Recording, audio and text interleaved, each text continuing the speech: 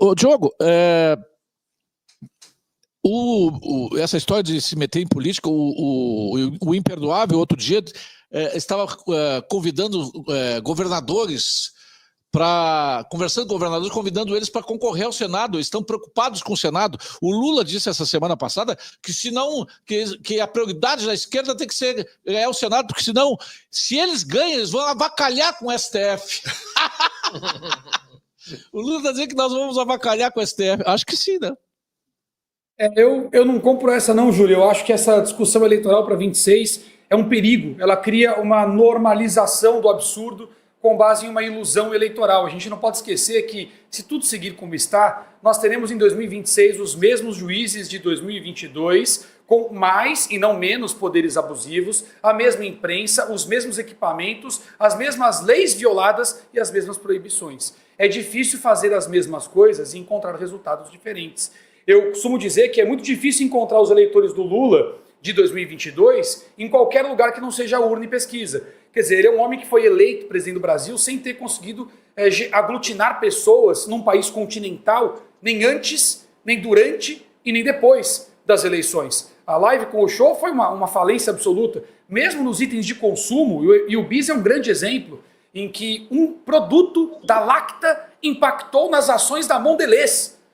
O quanto não vendeu com Felipe Neto e Randolfo Rodrigues como garoto propaganda. Então a gente não pode esquecer disso. Quando a gente faz especulações eleitorais para 2026, e acho que o Lula faz isso de propósito, criar a expectativa, a gente cria uma falsa percepção de normalidade em um país onde você foi proibido sem lei de questionar o TSE, e ninguém é obrigado a fazer ou deixar de fazer nada, senão em virtude de lei, está na Constituição, é muito grave. Então eu tomo muito cuidado com esse papo eleitoral, inclusive essas especulações de outros candidatos, né? Porque se você aceita que um homem inocente, com maior representatividade política do país, fique inelegível, sem fundamento legal e sem base, é porque não há segurança jurídica. E se não há segurança jurídica, como então confiar no processo eleitoral? As nossas batalhas são todas ao mesmo tempo, Diogo. Nós temos que também, não podemos deixar para lá, para os 44 segundos tempo, definir quem é que vão concorrer. A campanha começa já, agora, já começou. Mas, Júlio, mas o meu ponto não é esse. O meu ponto é, não interessa se você decide agora ou depois. Se não há confiança, segurança jurídica no processo, que diferença faz? A nossa batalha é agora. A nossa batalha é agora. As batalhas são todas juntas, Diogo. Nós não podemos priorizar. Nós temos que ter o voto auditável, temos que tentar. Aliás, a eleição do ano que vem só será limpa, será respeitável se o Bolsonaro puder concorrer. Se o Bolsonaro não concorrer, é sinal de que a eleição já está maculada. Exato. Mas nisso está também a nossa esperança, por exemplo, das sanções do Norte. As sanções do Norte podem rearranjar isso tudo que nós não estamos conseguindo. Pode mudar a correlação de forças, porque o que nós temos hoje, esse poder todo aí é um castelo de cartas. Se nós conseguimos mover uma peça que seja desse castelo de cartas, cai tudo.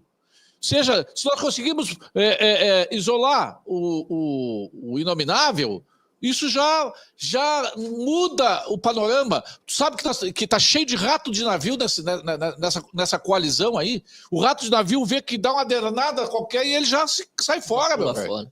Eu chamo isso, Júlio, de espiral do esvaziamento, quando o arbitrário começa a perder a base operacional do abuso. Eu concordo com você, mas é que se essas pressões internacionais de fato trouxerem o resultado, que eu também tenho esperança que promovam mudanças com os agentes internos, porque é assim que funciona, né?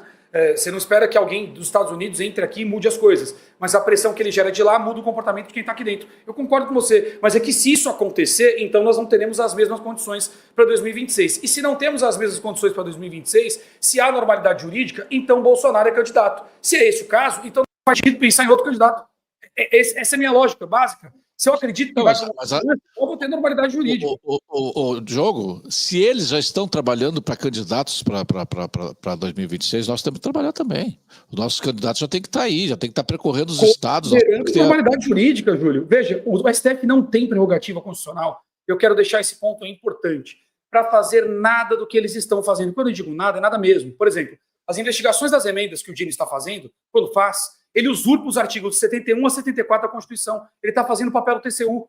O STF não tem poder para investigar se o Congresso cumpre ou não as regras das emendas. Não é papel do STF. Os artigos 101 a 103b não estabelecem isso. Não é papel do STF, está escrito lá, está usurpando poderes. Eles não têm competência para legislar sobre nada, muito menos sobre aquilo que é inconstitucional. Então, é o momento, eu acho, Júlio, de o Congresso Nacional, que agora finalmente está na mira do arbítrio, que eles permitiram chegar até aqui, fazer, ainda que seja pelos motivos errados, egoístas, fazer aquilo que é certo.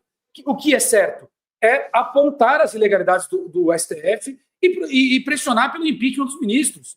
Eu vou dar um exemplo. Das casas. O artigo 48 do regimento interno do Senado, por exemplo, permite ao proponente, caso o presidente do Senado não paute, permite ao proponente exigir que vá a plenário. Não é assim, Diogo. Já discutimos isso aqui uma vez. Não é assim. Fosse assim, estava resolvido. Quem pauta qualquer matéria, qualquer coisa, qualquer voto de congratulações que seja, quem pauta é o presidente da Câmara e o presidente do Senado. Eu posso ter a prerrogativa do artigo 48. O deputado daqui, o deputado, ele conseguiu em 2 legislaturas os votos suficientes para a CPI do abuso de autoridade. Está lá. Mas eu acho que vai chegar a hora que ela vai ser. Sim, querido, mas o que ele está dizendo assim, o Diogo está dizendo, ele propugna isso junto com o Pavinato, de que o artigo 48 determina que se o presidente diz que se o presidente não pautar, se tu tiver as assinaturas, tu pode exigir... Não, mas eu estou tentando fazer uma síntese das críticas de ambos. Tem comentário aí no artigo, está escrito, coloquei o texto, se você quiser. Querido, mas é quem pauta. Quem pauta é isso já antes. Mas não é o que diz o regimento, Júlio. Esse é o ponto. Eu não estou dizendo o que eu gostaria ou o que eu acho. É o que está escrito. O que diz o regimento. Quem propõe pode pedir. E aí vai para a CCJ. Na CCJ tem pedido de urgência, metade mais um. Passou no pedido de urgência, independente do que a CCJ defina, se ela concorda ou não concorda, vai a plenário. É o caso de um pedido de impeachment, por exemplo. Então, agora mesmo. Eu sei que nós não temos maioria, mas isso passa o maçarico de um nome para 80. O pedido de urgência para votar anistia teve 260 parlamentares assinando e não foi pautado. Mas o meu ponto é o seguinte, eu acho que os dois estão corretos tanto na análise técnica como na indignação. O que nós precisamos lembrar é o caráter da política brasileira, que ela se sobrepõe muitas vezes aquilo, infelizmente, que está escrito. Eu sou extremamente positivista, está no regimento, cumpra-se.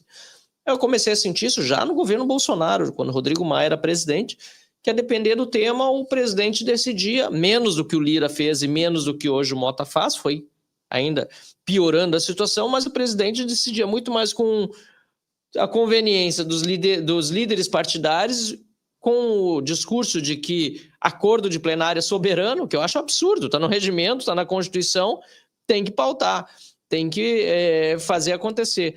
E utilizava-se isso. A gente precisa lembrar que, exato, a política brasileira, infelizmente, ela não é uma política que seguia 100% com aquilo que está no regimento e mesmo na Constituição. Isso é muito grave. Agora, por outro lado, nós precisamos ir criando o momentum, né? Eu acho que é isso que a oposição precisa continuar fazendo. Continuar regimentando as pessoas, continuar fazendo as pessoas protestarem nas redes sociais. Deveríamos já estar muito mais avançados em protestos de rua. Eu sei que tem muita gente com medo ainda, 8 de janeiro, tudo isso impacta. Mas o que realmente desgasta o político, ainda mais à véspera da eleição, é o povo reclamando. Então, eu sei que a situação da eleição no ano que vem é uma situação muito delicada, Diogo, muito delicada. Eu sei que a minha candidatura, se eu for de fato, né, candidato ao Senado, hoje seria pré-candidato, vai ser alvo de uma série de questionamentos. Eu vou ter que cuidar tudo, ainda mais cada passo que eu dou daqui até lá, e principalmente durante o período eleitoral, porque eu tenho certeza que esse vai ser o caso comigo e com todos os demais que desafiarem, não só durante o período eleitoral, como depois. Já caçaram deputados eleitos, né, por manifestações feitas após o fechamento das urnas. Então, quer dizer, nós temos toda uma série de arbítrios. Nós não vivemos, concordo com você, num momento de segurança jurídica. Agora, se eles estão com medo, isso é sinal de que nós temos sim condições de vencer. E para isso nós precisamos continuar batendo nas teclas que nós estamos batendo e mobilizando a população. É muito difícil, porque tem muita gente que pensa de uma forma mais racional, né, e que já largou, já até tem muita gente, inclusive, que já saiu do país. Eu acho que não é por aí o caminho. A gente precisa realmente fazer do nosso país um Brasil melhor, isso depende de todos nós. É que